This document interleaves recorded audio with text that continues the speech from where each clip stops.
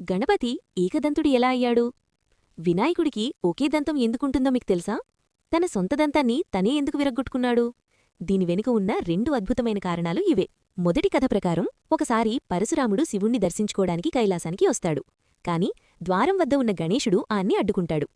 ఆగ్రహించిన పరశురాముడు తన గొడ్డలితో దాడి చేయగా అది తన తండ్రి అంటే శివుడిచ్చిన ఆయుధమని గౌరవించి వినాయకుడు ఆ దెబ్బను తన దంతంపైనే భరిస్తాడు. అలా ఒక దంతం విరిగిపోయింది. రెండో కథ ఇంకా ఆసక్తికరంగా ఉంటుంది. వేదవ్యాసుడు మహాభారతాన్ని చెబుతుంటే వినాయకుడు దాన్ని రాస్తూ ఉంటాడు. మధ్యలో కలం విరిగిపోతే ఆపకుండా రాయాలనే నియమం కోసం తన దంతాన్ని విరగ్గొట్టి దాన్నే కలంలా మార్చి కావ్యాన్ని పూర్తిచేస్తాడు. ఒకటి తండ్రిపై భక్తికి నిదర్శనమైతే రెండోది జ్ఞానం కోసం త్యాగం చెయ్యాలని చెప్తుంది. అందుకే ఆయన్ని మనం ఏకదంతుడు అని కొలుస్తాము.